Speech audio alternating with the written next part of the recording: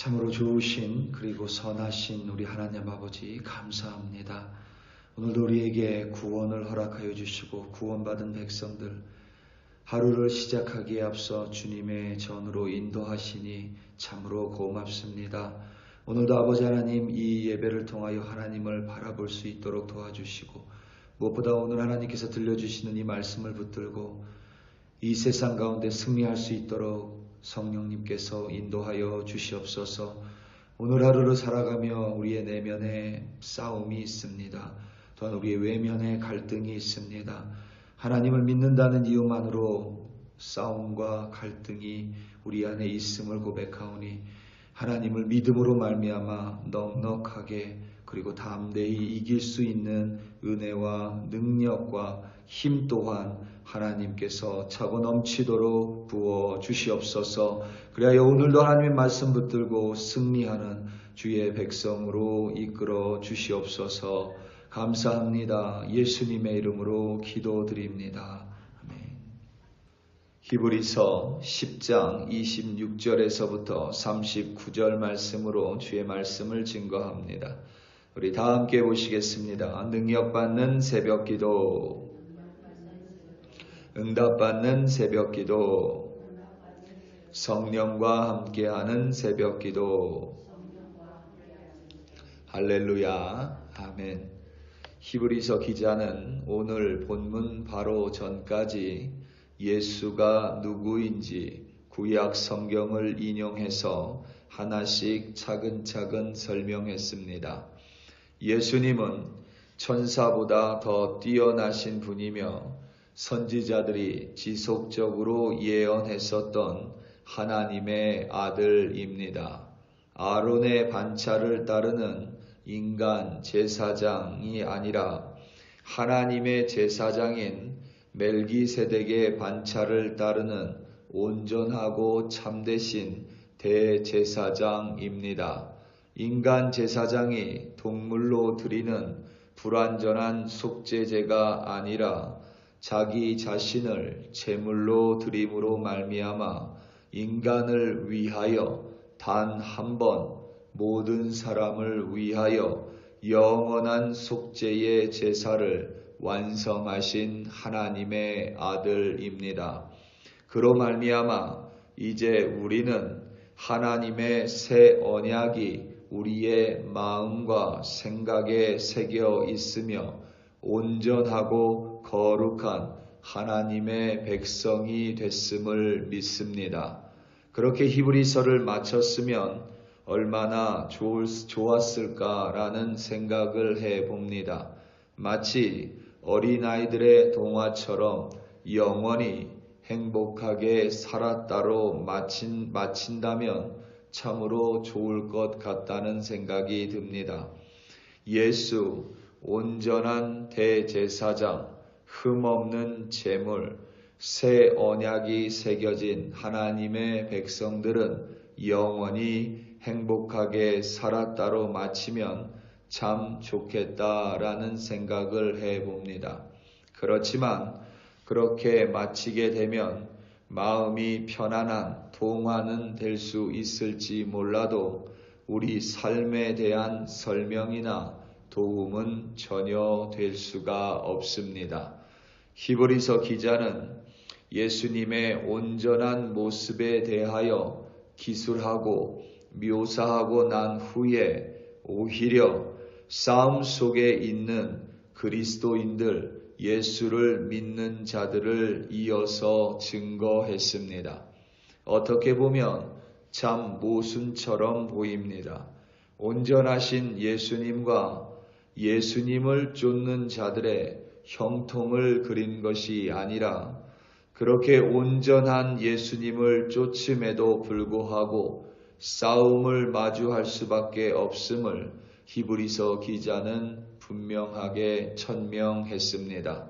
오늘 말씀 32절과 34절입니다. 첫날에 너희가 빛을 받은 후에 고난의 큰 싸움을 견디어낸 것을 생각하라. 혹은 비방과 환난으로서 사람에게 구경거리가 되고 혹은 이런 형편에 있는 자들과 사귀는 자가 되었으니 너희가 갇힌 자를 동정하고 너희 소유를 빼앗기는 것도 기쁘게 당한 것은 더 낫고 영구한 소유가 있는 줄 알미라. 아멘. 32절에서 우리말 싸움으로 번역된 헬라어 단어가 아슬레시스인데 이 단어에서 운동 경기 혹은 운동 선수를 의미하는 영어 단어 애슬레틱스가 파생됐습니다. 운동 선수는 두 가지 싸움을 합니다. 하나는 자신과의 싸움입니다. 운동 선수는 매일 자신과 싸우며 매일 구슬땀을 흘립니다. 하기 싫은 것을 참아내고 힘든 훈련을 감내합니다. 그렇게 매일 운동선수는 운동을 하기 원치 않는 자신의 마음 안에서 운동을 해야 한다라는 결단으로 싸우고 또 싸웁니다. 그런가 하면 운동선수는 경기에 나가서 타인 혹은 라이벌과 싸워야 합니다. 운동선수의 궁극적인 목적은 다른 이와의 시합에서 승리하는 일입니다. 그리스도인도 동일합니다. 우리는 매일 나 자신과 싸움을 벌입니다. 비록 예수 그리스도를 만났지만 여전히 내 안에는 죄성이 살아 있습니다. 여전히 세상의 정욕에 미혹당합니다. 하나님의 자리를 차지하려는 내 중심의 사고방식과 하나님을 이용하려는 내 욕망과 야욕이 여전히 내 안에 숨쉬고 있습니다.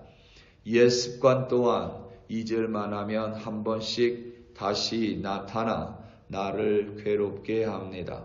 내 의로움은 항상 그 모습을 바꾸어서 나도 모르는 사이에 나를 교만의 자리로 이끌어 갑니다.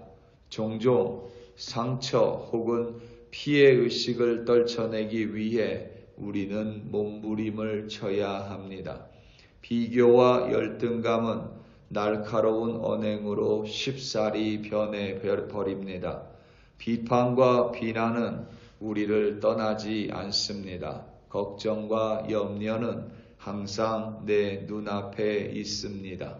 우리 내면을 들여다보면 이보다 더 많은 추함으로 가득 차 있습니다. 그렇기에 예수를 믿는다고 하지만 우리는 매일 우리 내면에 자리한 내 자신과 치열하고 피를 흘리는 싸움을 마주해야만 합니다. 매일 나의 그런 모습과 싸움을 벌이는 것이 바로 우리 그리스도인입니다. 한때 신학생들의 가장 큰 존경을 받았던 목사님께서 신학생들과의 사경회에서 무엇이 가장 어렵고 힘드냐는 신학생의 질문에 자신과의 싸움이 가장 힘들다고 아무런 거리낌이나 망설임 없이 고백했습니다. 물론 예수님으로 말미암아 성령의 도우심으로 인하여 우리가 이미 승리했고 종국에는 승리할 것임을 의심하지 않습니다. 하지만 이 세상을 사는 동안 우리는 내 자신과 계속해서 싸워 나가야 합니다. 그 싸움을 멈추는 순간, 뒤로 밀리는 순간 우리는 믿음과 구원에서 한 걸음 멀어져 가기 때문입니다. 그런가 하면 우리 외부의 환난과 비방, 박해와 핍박에 맞서 우리는 매일 싸워야 합니다. 32절에서 싸움으로 번역된 아슬레시스를 영어 성경에서는 갈등을 뜻하는 컨플릭으로 번역했습니다. 우리가 이 땅에서 그리스도인으로 사는 동안 우리는 외면의 세상과 항상 갈등할 수밖에 없습니다. 이 세상이 추구하는 길과 그리스도인이 쫓아야 할 길은 언제나 서로 정반대로 상반되어 있기 때문입니다. 히브리서가 기록될 당시 그리스도인들이 겪은 박해와 핍박이 지금은 없다고 말하는 사람도 있습니다. 하지만 세상은 그렇지 않습니다. 여전히 그리스도인들은 핍박을 받습니다. 선진국에 사는 사람들이 육체적인 핍박은 받지 않는다고 말할지 모르지만 여전히 아프리카와 무슬림 지역, 힌두 지역에서는 그리스도인이 된다는 이유만으로 박해와 조롱과 핍박을 받습니다. 예수를 믿으면 그 사회, 가족으로부터 추방당합니다. 심지어는 가족이 독사를 시도하는 경우도 있습니다. 선진국에 사는 그리스도인 또한 비방과 조롱이라는 핍박이 여전히 존재합니다. 예수를 잘 믿으려고 하면 항상 감내하고 감수하고 포기해야 할 것이 있습니다. 내 권리를 포기해야만 합니다. 그렇다고 세상이 나를 알아주지도 않습니다. 특별히 미국이나 한국과 같은 선진국에 사는 그리스도인들은 그 믿음을 지키는 일이 점점 더 어려워만 갑니다. 최근 한 고등학생이 동성애 행사에서 성경을 크게 읽었다는 이유로 구금되는 사건이 있었습니다. 법원에서 그는 담대하게 그리스도인이 이 미국 땅에서 믿음을 지키는 일이 얼마나 힘들었는지를 역설했습니다. 예수를 믿기에 내 외면의 싸움을 매일 마주할 때 우리는 하나님의 심판과 이 세상의 것들보다 더 좋고 나은 영원한 소유가 우리를 기다리고 있음을 절대 잊지 말아야 합니다. 더 좋고 영원한 소유는 하나님의 상이며 하나님께서 우리에게 약속해 주신 것입니다. 우리는 이 하나님의 약속을 믿습니다. 바로 그 믿음이 우리로 하여금 이 세상에서 그리스도인으로서 싸움 앞에서 웅크리지 않고 오히려 담대하게 해주며 고난 가운데 참고 견디며 인내를 하도록 우리를 도와줍니다. 또한 바로 그 믿음이 우리의 영혼을 구원에 이르게 할 것입니다. 오늘 말씀 35절과 36절입니다. 그러므로 너희 담대함을 버리지 말라. 이것이 큰 상을 얻게 하리라. 너희에게 인내가 필요함은 너희가 하나님의 뜻을 행한 후에 약속하신 것을 받기 위함이라. 39절입니다. 우리는 뒤로 물러가 멸망할 자가 아니요 오직 영혼을 구원함에 이르는 믿음을 가진 자니라. 아멘. 우리 사랑하는 성도 여러분, 바벨론 제국이 최강대국으로 부상하며 남유다가 위험에 빠져 어렵고 극심한 고통의 시기에 하박국 선지자는 오직 의인은 믿음으로만 산다고 고백했습니다. 오직 하나님을 향한 믿음만이 이 싸움 가운데 우리를 인내하게 하며 영원한 구원으로 우리를 이끌어가는 까닭입니다.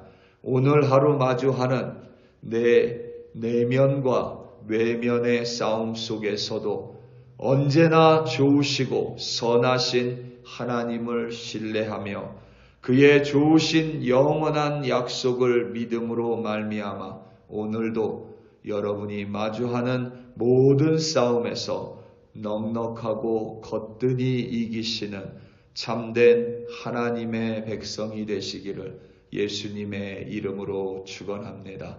다 함께 기도하시겠습니다.